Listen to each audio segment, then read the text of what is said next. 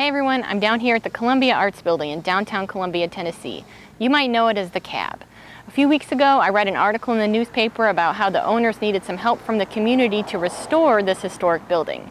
Of course, I saw a historic building and was immediately interested. I realized I didn't know much about the history of the Columbia Arts Building, so I immediately went down to the Maury County Archives to see what I could find. I'm going to tell you all about it, so come on, let's find a place to sit.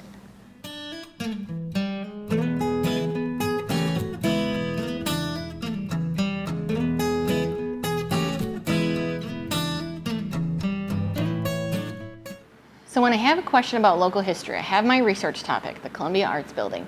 The first place I go is the Maury County Archives, and my friends there were able to get me the deed for this property, which gave me my first clue, the name J.A. Sloan.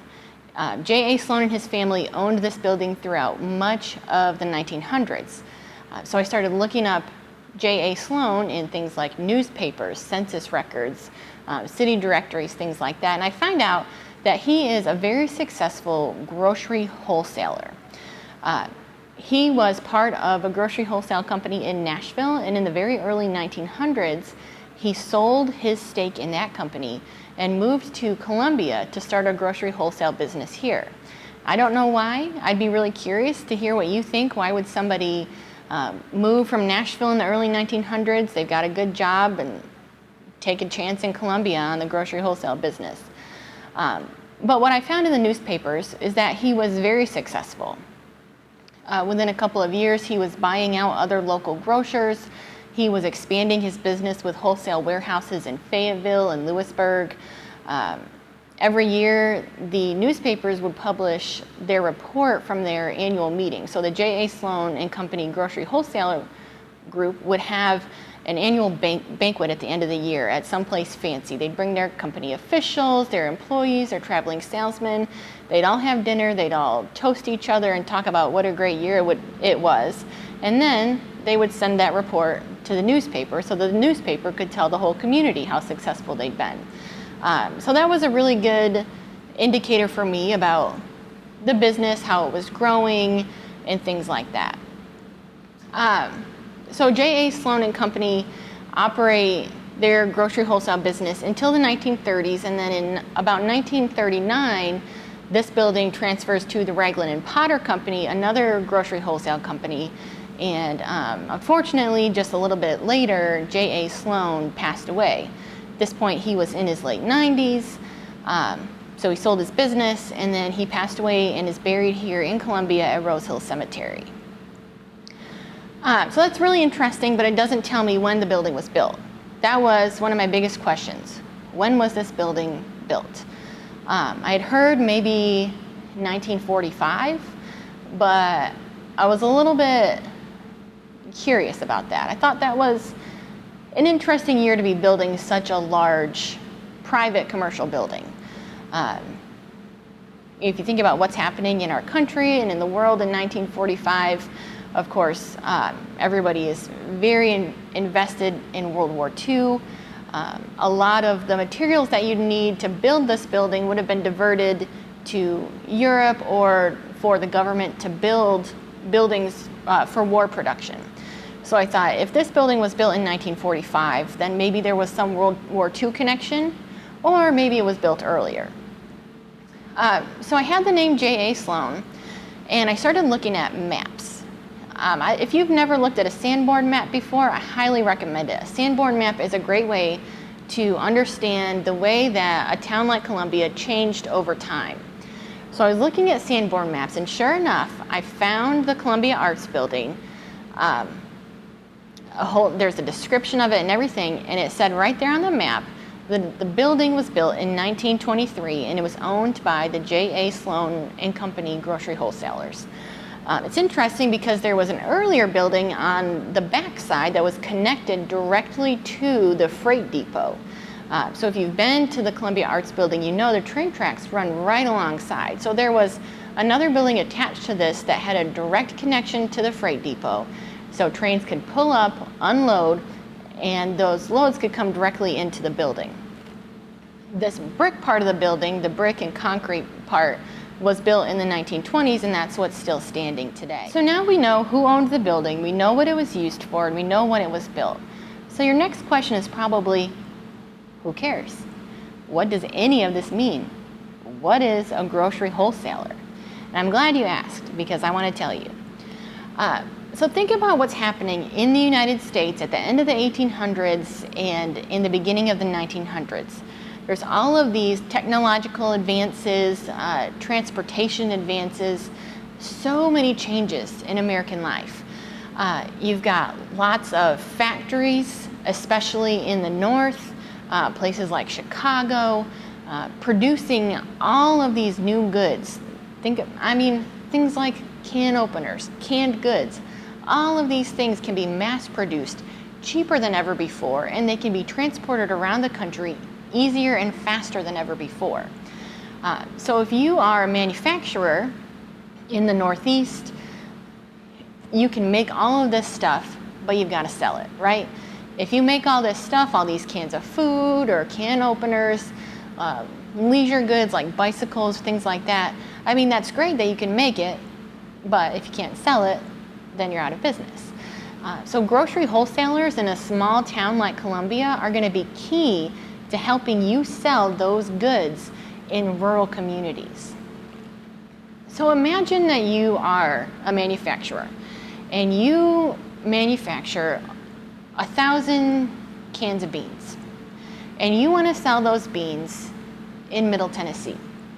There is an entire network of small merchants, small grocers, all around Middle Tennessee. So you could break that 1,000 can lot up into small groups and send those out to all of these different merchants or country stores.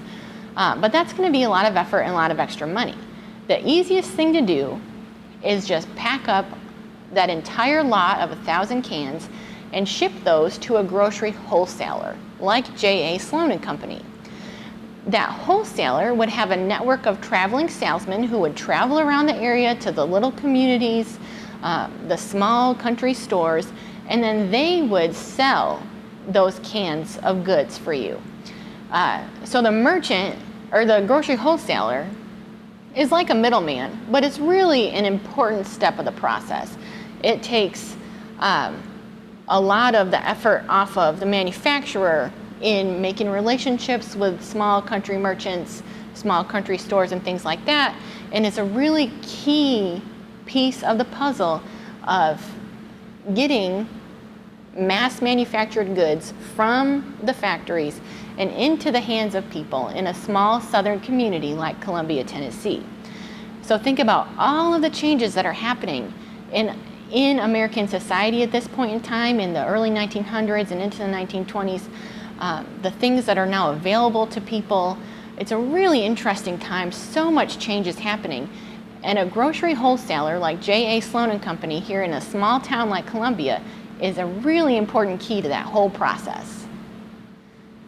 So while I was researching J.A. Sloan & Company grocery wholesalers in the newspapers, I found this really interesting story that I thought you might like to hear.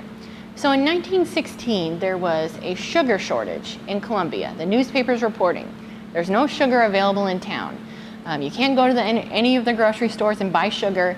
And they interviewed the local grocery wholesalers, including J.A. Sloan, to figure out what was going on. So this sugar shortage was not just in Columbia, it was all over the country. And the issue wasn't that sugar was not being produced. Sugar was being produced just fine, but they couldn't get the sugar around the country. So the sugar couldn't get from the ports, probably in New Orleans, up to small towns like Columbia. So here's what's happening.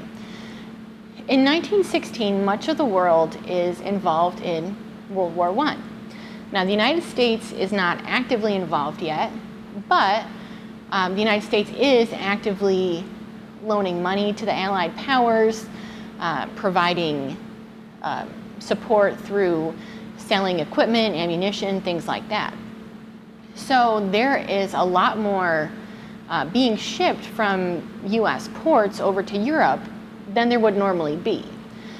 Also at the time, Germany is engaging in U-boat warfare, shooting or torpedoing merchant ships all around the world.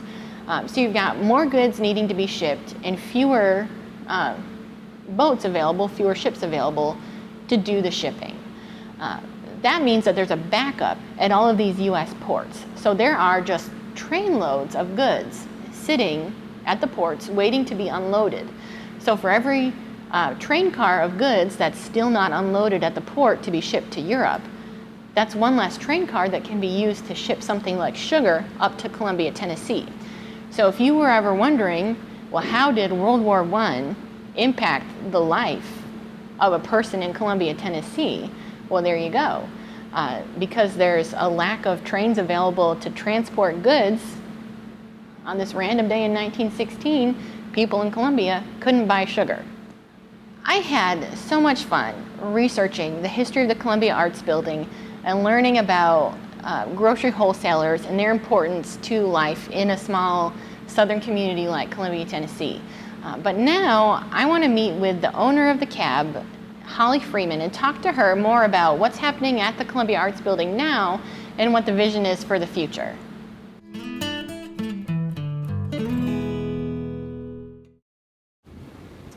So we are here at Muletown Collective inside of the Columbia Arts Building with Holly Freeman, the owner of the cab. So Holly, I just wanted to talk to you a little bit about the present and the future of the building, since we've already learned about the building's history. So I'm curious to know what drew you to this building when you were looking for a space for the Columbia Arts Building?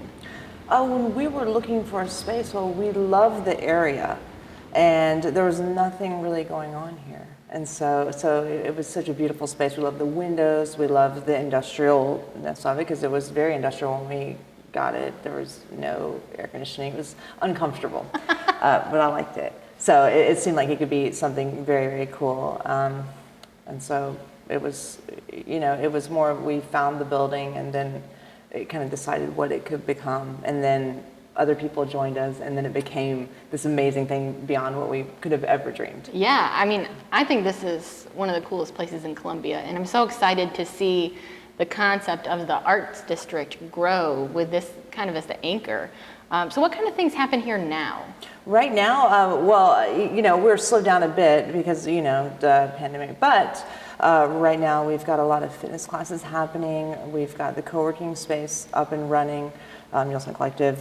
There's brewery retail on level 2.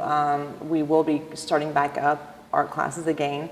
And so, but really just, home for kind of all local artisans and creatives to kind of do the thing, Yeah. So I look forward to kind of rebuilding to where we were coming up here. Yeah, so, I mean, what is the vision for the future of the Columbia Arts Building?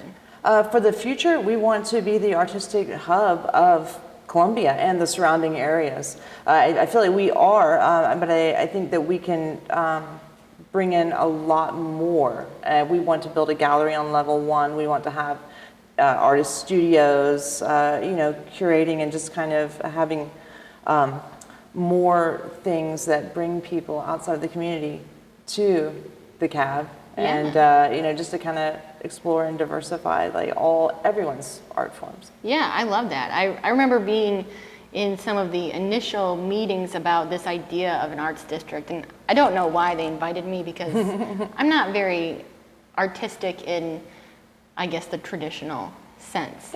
But it was really cool to be part of those kind of initial conversations about what that might look like and what a cool thing that would be for our community. And I think it is especially cool that this has ended up kind of with the anchor being in a historic building. So it's kind of talking about the future of Columbia and what it could be in a building from its past. Right.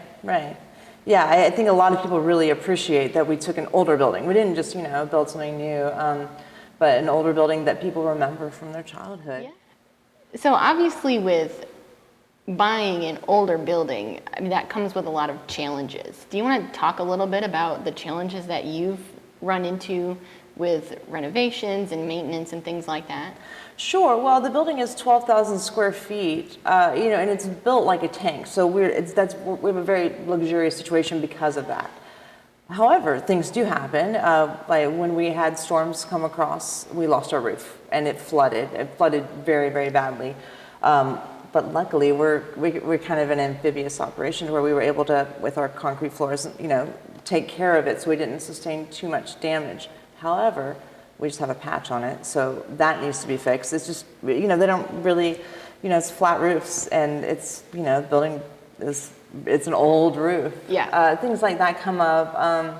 We kept the original windows, and so there will be leaking. If we have, forceful winds, that's just going to happen. In keeping with the aesthetic, without dropping the ceilings and such, there are all sorts of interesting things that do happen in an older building. We have concrete ceilings, and so it's just kind of interesting. Concrete and rebarb. So whenever anyone has to hang anything, or when we got air conditioning put in, you can't just go through it with a normal drill. Like you need metal, you need concrete. It's a lot of work. Like having air conditioning installed they were very patient people. It took so much longer than they thought, but we definitely love the space, and it's worth it. The things that we have to kind of acclimate to because we're keeping the building as it is. It's worth it to have to deal with it. However, when something does come up, because it's such a large space, it affects us very dramatically. So that's the only downside of having like a huge concrete building. Right. So where can people get more information about the Columbia Arts Building, about the classes that are happening here, about how they can support the mission here? Where can they get information? Our website is the best bet, and that's www.getartsy.org. We also have social medias. The CAB is on Facebook and Instagram. Okay. So, all right. Website.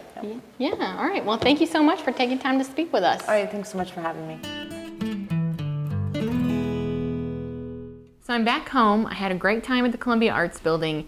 There are some great shops and restaurants and things in there. There's some great classes and things that they have going on. I really enjoyed talking to Holly about the future of the building and its role as a hub of the Columbia Arts District, but I really enjoyed learning about its history as well. And it's a great example of how we can continue learning about local history. Something caught our attention. I wanted to know more about the history of this building, so I went to the archives to see what primary sources I could find. I looked at maps, I looked at newspapers, I looked at census records, I looked at old city directories, and those all gave me a picture of what was happening at that property and what was going on with the J.A. Sloan Wholesale Grocery Company. But I didn't really know what that meant, big picture. I didn't know what that meant for the history of our community or the history of the state or even the history of the United States as a whole. So I was able to use secondary sources, books, articles, things like that, to help me put the J.A. Sloan Company and that building in context of the history of our community, the history of our state, and the history of our country. I hope you guys had a good time. I hope you enjoyed learning about the history of the Columbia Arts Building, and I really hope that you will check out their website and that if you get a chance, you'll go by there and check it out and support the businesses that are there. See you next time.